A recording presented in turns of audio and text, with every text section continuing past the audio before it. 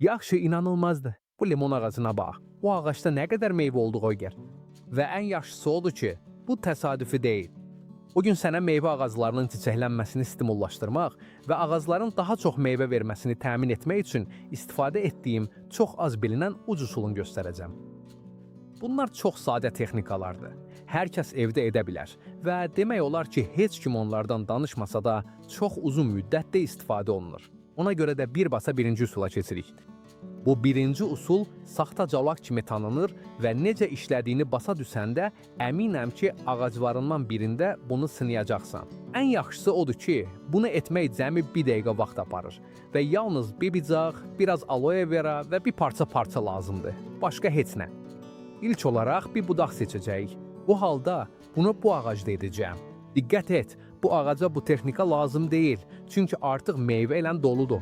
Bunu sadəcə sənə necə edildiyini göstərmək üçün edirəm. İndi bir marker götürürük və istəyəcəyimiz yeri isarələyirik. Sadəcə olaraq bir U şəkli çəkəcəyik. Bu qədər sadə.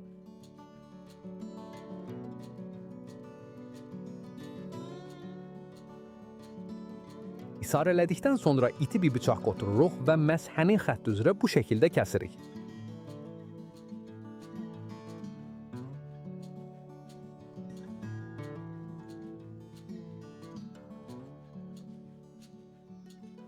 İndi isə təzə bir aloe vera yarpağı əlimizə götürürük və kəsdiyimiz hissənin hamısını tamamilə örtə biləcək qədər, kifayət qədər böyük bir parça ehtiyatla kəsib ayırırıq.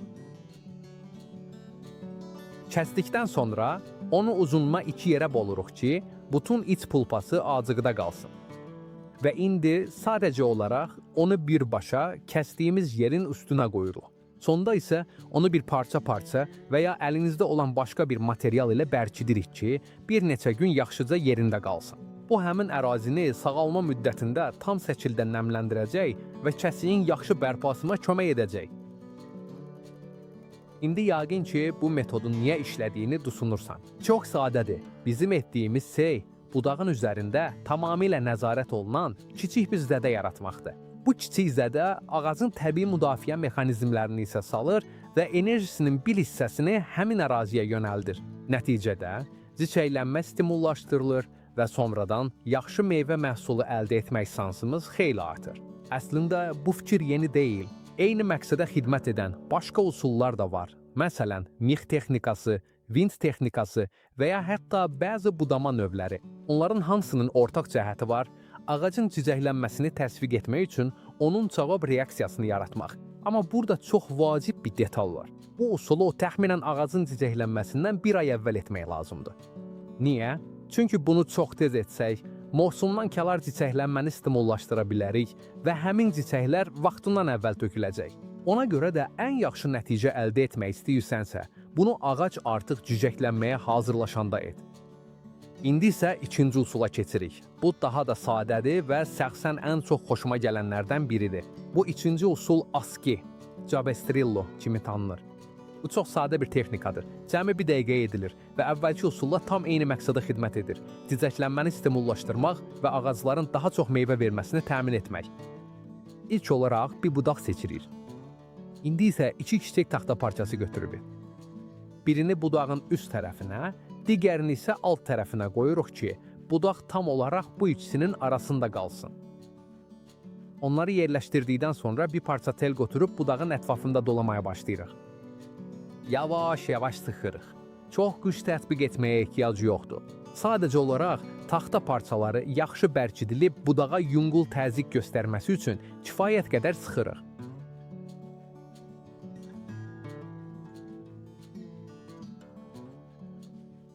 Salam, hazırdır. Gördüyün kimi bu çox sadə bir üsuldur və bunu etmək 1 dəqiqədən artıq vaxtını almayacaq. Bəs bu niyə işləyir? Çox sadədir. Bu halda da tam nəzarət olunan kiçik bir zədə yaratmağa çalışırıq. Fərq ondadır ki, burada kəsmirik. Burada etdiyimiz budağa yüngül təzyiq göstərərək sirənin keçməsini qismən məhdudlaşdırmaqdır. Və bunu xüsusi vurğulamaq istəyirəm, məqsəd budayğı boğmaq deyil. Biz tamamilə dovranı kəsmək istəmirik. Sadəcə ağacın təbii müdafiə mexanizmlərini isə salib çiçəklənməni təsviq edən kiçik bir stres yaratmaq istəyirik. Çox vacib bir detal var. Bu bağlama həmişəlik qalmalı deyil. Ağac artıq reaksiya verdikdən, cicəkləndikdən və meyvə formalaşdırmağa başladıqdan sonra sadəcə teli çıxarırıq və budağın inkişafına tam normal şəkildə davam etməsinə imkan veririk. Unutma ki, bu üsullar daima olaraq istifadə edilmək üçün nəzərdə tutulmayıb. Bunlar sadəcə kiçik bir stimul, ağacı uyğun anda oyatmaq üçün bir köməkdir. Və ağacı artıq öz işini gördükdən sonra onları çıxarırıq, çünki artıq ehtiyac yoxdur. Əvvəlki üsulda olduğu kimi bu texnikanı da təxminən cizəklənmədən bir ay əvvəl tətbiq etmək məsləhətdir. İndi isə üçüncü usula keçirik. Şəxsən məncə bu üsuldan ən təəccübləndirici olan budur. Bu usul yəqin ki, hamısından ən qədimidir. Bu, çox sadə bir texnikadır, amma düzgün tətbiq edildikdə ən yaxşı nəticə verənlərdən biridir. Və əvvəlki iki usulda olduğu kimi, məqsədimiz cizəklənməni stimullaşdırmaqdır ki, ağaclar daha çox meyvə versin. İlk olaraq bir budaq seçirik. Bu halda mən bu budağı istifadə edəcəyəm. Amma sən istənilən qalın və tam sağlam budaqda bunu edə bilərsən. İndi isə iti bir bıçaq götürürük və sadəcə bir kəsik edəcəyik. Başqa heç nə. Diqqətlə bax, necə etdiyini gör.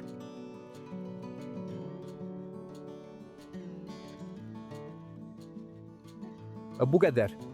İndi isə birinci usuldakı kimi tam olaraq eyni şeyi edirik. Aloe veranın bir yarpağını götürürük və yarıya tam örtəcək qədər böyük bir parça kəsirik. Sonra onu birbaşa kəsiyin üzərinə qoyuruq və bir parça ilə bərkidirik ki, bir neçə gün həmin hissədə qalsın. Bu yolla yara sağalana qədər onu yaxşı nəmləndirilmiş vəziyyətdə saxlayırıq. Bəs bu usul niyə işləyir? Çünki əvvəlki iki usulda olduğu kimi, burada da məqsədimiz tam nəzarət olunan kiçik bir zədə yaratmaqdır.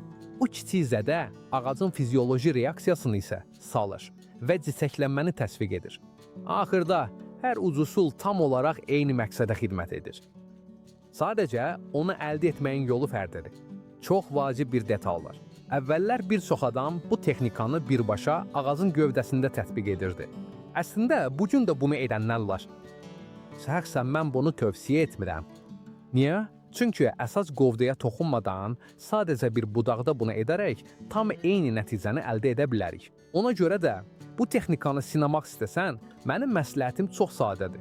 Həmişə bunu bir budaqda et.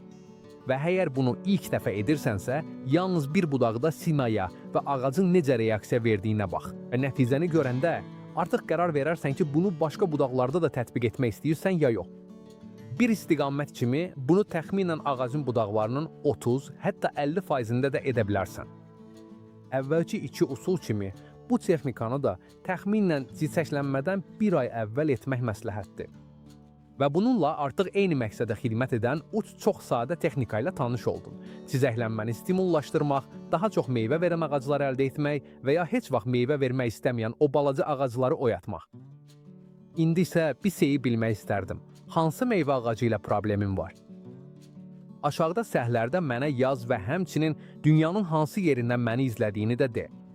Çoxlu insan mənə yazır və bildirir ki, illərlə yası olan ağacları var, amma hələ də bir dənə də olsun meyvə yığa bilməyiblər.